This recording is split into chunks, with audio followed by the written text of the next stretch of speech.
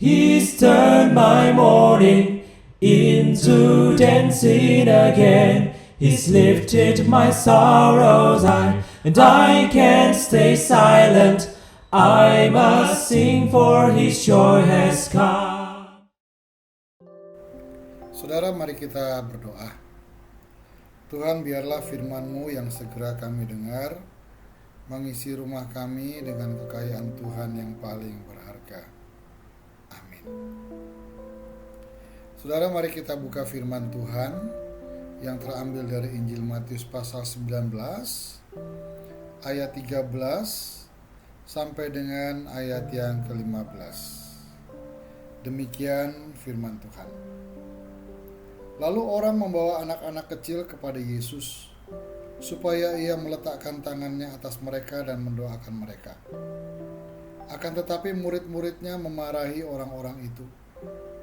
Tetapi Tuhan Yesus berkata, "Biarkanlah anak-anak itu, jangan menghalang-halangi mereka datang kepadaku, sebab orang-orang yang seperti itulah yang empunya kerajaan sorga."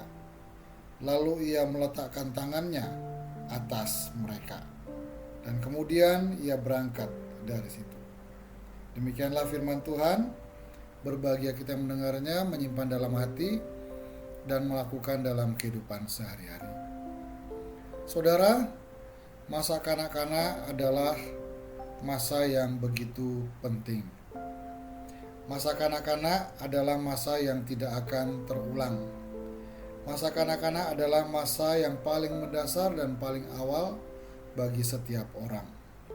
Masa ini memberikan kesan yang paling mendasar pada setiap orang. Kalau orang sudah tua, dia bisa melupakan hal-hal yang baru saja didengarnya.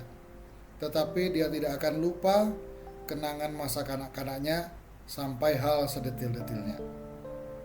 Saudara, masa kanak-kanak, khususnya di bawah usia 12 tahun, adalah masa emas. Masa di mana anak mudah dibentuk dan diarahkan. Masa kanak-kanak bisa diisi oleh Roh Kudus untuk membentuk mereka menjadi alat kemuliaan di tangan Tuhan. Tetapi masa-masa ini juga bisa diisi oleh roh jahat untuk membentuk mereka menjadi perusak suatu masyarakat. Sekali lagi, masa anak-anak adalah masa-masa emas. Saudara, Tuhan Yesus sangat menghargai dan sangat mencintai anak-anak. Tuhan Yesus menegur para murid ketika para murid menghalangi anak-anak datang kepadanya.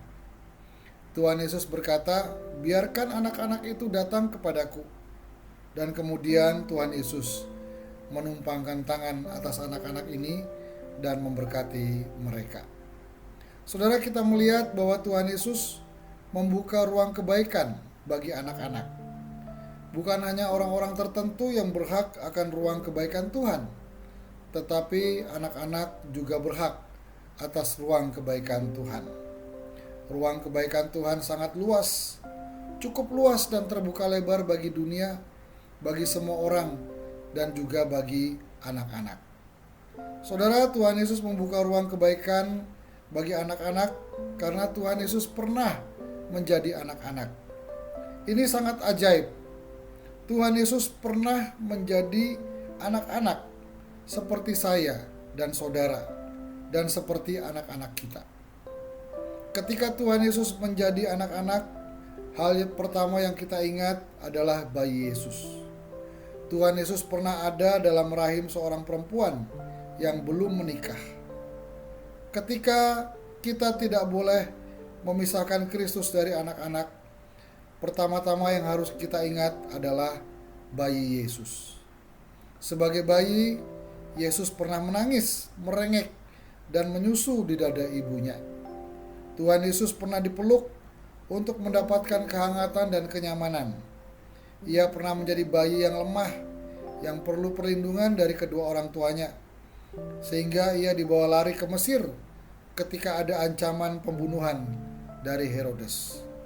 Saudara, darah Tuhan Yesus yang pertama kali mengalir bukan di Golgota, bukan juga di jalan salib, di jalan Via Dolorosa, Tetapi darah Tuhan Yesus yang pertama kali mengalir adalah ketika ia disunat pada masa kanak-kanak dalam usia 8 hari. Saudara, Tuhan Yesus pernah menjalani masa bermain ketika kanak-kanak. Tuhan Yesus menjadi anak-anak dan dibesarkan hingga usia 12 tahun. Saudara, Tuhan Yesus tidak terpisah dari anak-anak karena Tuhan Yesus pernah menjadi anak-anak.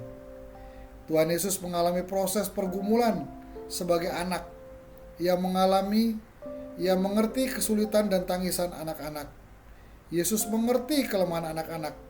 Ia tahu benar perasaan anak-anak. Pada saat ia melayani, Tuhan Yesus tidak pernah membentak dan memelototi anak-anak, lalu mengusir mereka pergi, karena ia pernah menjadi anak-anak.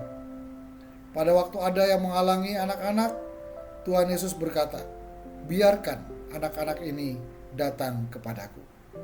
Saudara, sebagaimana Tuhan Yesus selalu membuka ruang kebaikan bagi anak-anak, kita pun harus selalu membuka ruang kebaikan bagi anak-anak.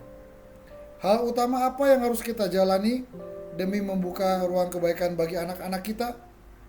Saudara, tidak ada yang lebih penting selain membiarkan Tuhan Yesus merangkul anak-anak dengan kebaikannya. Saudara, ketika kita membiarkan Tuhan Yesus merangkul anak-anak kita, sebenarnya kita sedang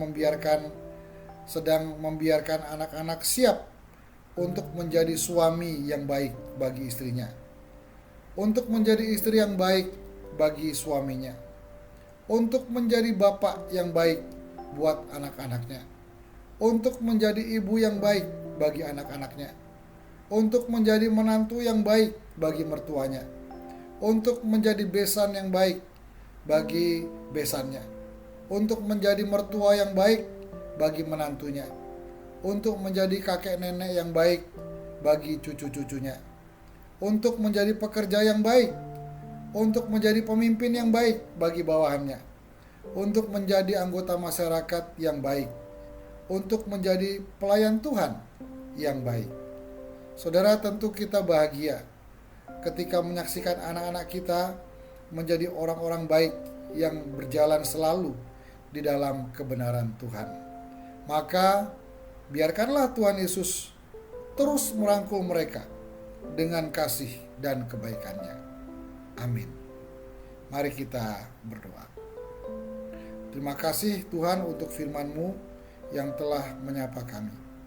Kami rindu anak-anak kami menjadi orang-orang baik yang selalu berada dalam kebenaran Tuhan. Biarlah Tuhan Yesus terus merangkul mereka di dalam kasih Tuhan yang ajaib. Amin. Joy has come.